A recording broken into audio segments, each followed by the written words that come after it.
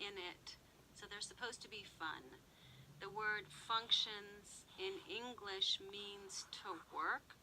The word functions in math, not only is it fun, but it also means to work. So a linear function is a line that works. So if I draw a line,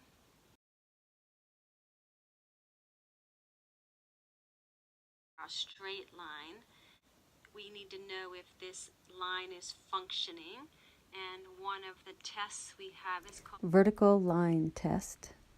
Drag it along the bottom, the x-axis, we drag it along, and if at any moment this line only touches our straight edge at one point at any given moment, then this line gets to be called a functioning line. It's a line that works. Whereas if I draw a line or a mark that does this, and we want to know, is this a functioning line, we use our vertical line test. Our straight edge marker, we drag it across, and right away we find that that line, that mark, touches our pencil or our marker at two different places, and that is breaking the rule. We drag it along further along. This is touching 3 places. This is not a functioning line. If I have a line that goes in one direction, forward direction, straight direction, and then it backs up into another direction, and then it goes in another direction again, we want to see, is this a functioning line? We take our marker and we drag it along the bottom. There are 2 points at which this touches our marker, and therefore we know this is not a functioning line.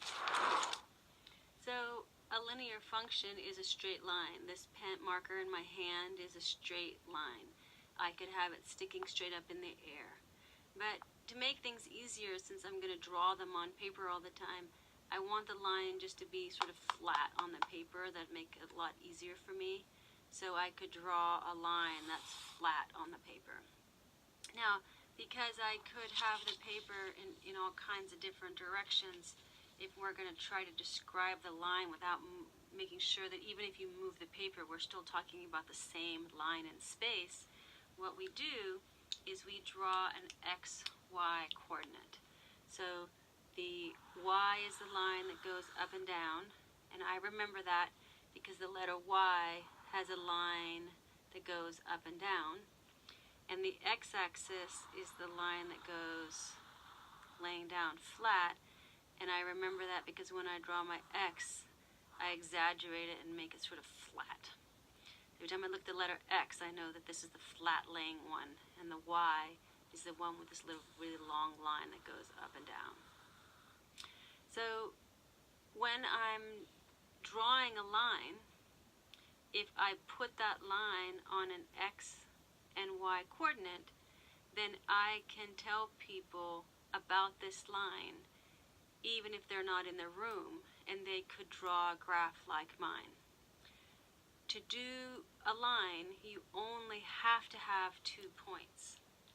So let me randomly pick 2 points. Here's 1 point on the line. Here's another point on the line. If I put a straight edge along there, I'm going to get all those purple marks as well. So I only need 2 points to define this whole line on an X and Y coordinate. So where is this point in space? A lot of algebra likes to follow rules, and alphabetizing is one of them. So when you look at the alphabet, A, B, C, D, E, the English alphabet, where does X and Y come into play? X, Y, Z. So it's first X and then Y. So I'm first going to put the X coordinate, and then I'm going to put the Y coordinate. So what that means is here you are in the middle of the X and the Y, and they're asking you, what is the x-coordinate? So I'm going to move along the x-coordinate, along this one right here, until I get right underneath this spot. So I have to go 1, 2. So I can come up here to where the x is and say that x is the number 2. Well, how far up or down on this y-axis do I have to move? That's what they want to know from the y-coordinate. So I'm over here and I need to go up here. How long will that take me? 1, 2, 3, 4. That's a big fourth I just jumped there. But I counted it as 4.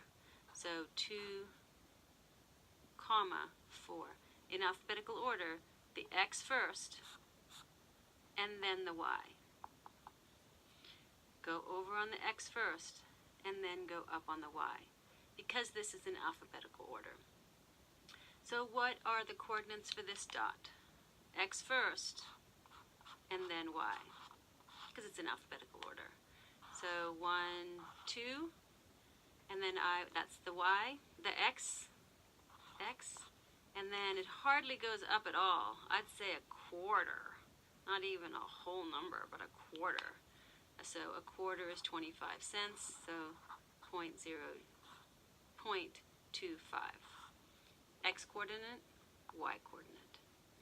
So you only need 2 points in order to describe a line in space, as long as you have the x coordinate, the x-axis, and the y-axis to work off of that. So by definition, this line is a linear function, because when I take my pen and I drag it across the bottom, the purple line only crosses the marker at one point at any given moment as I drag it across. So that was my test that this was a linear function, and I was able to describe it to you using 2 different coordinates. Well, another way to describe this line, if you're not in the room with me and I want you to draw this line, like on your computer, or on your notepad, or on your piece of paper, or something like that, is to put it in formula form. So I can say, basically, I'm going to make it up right now, and I'm going to show you how I'm going to figure it out. Something that looks like 2x plus y equals 7. Have you seen these sentences before?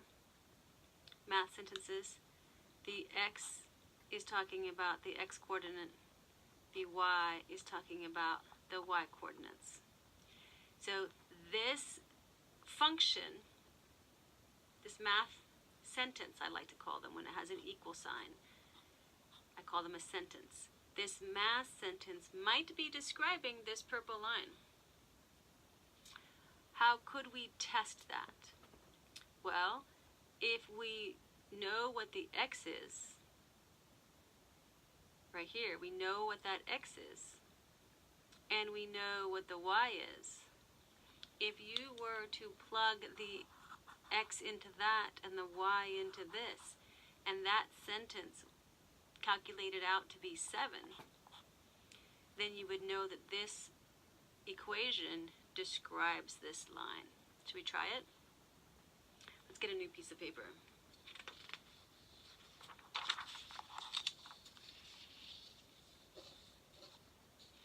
So, rewriting the formula, we have 2x plus y equals 7. That's the equation. We want to know if this line fits into that equation. So I'm going to put the 2 in here instead of putting the x. So that's going to be a times 2. When there's no marks between the 2 and the x, there's no plus, there's no minus, there's nothing written in there, then that implies that the 2 are multiplied. So that's why I put it in parentheses, because parentheses means multiplication. And then I'm going to put in what y is, which is 4. And that is an adding of 4, because the plus was there. And that's supposed to equal 7, if this line is described by that function. 2 times 2 is 4. Bring down the 4. 4 plus 4 does not equal 7. So this does not describe that line. Let's find an equation that does describe this line. How are we going to do that?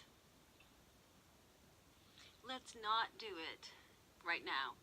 Let's take a break and come back and watch another video on slope-intercept form. And I'll show you how to do that then.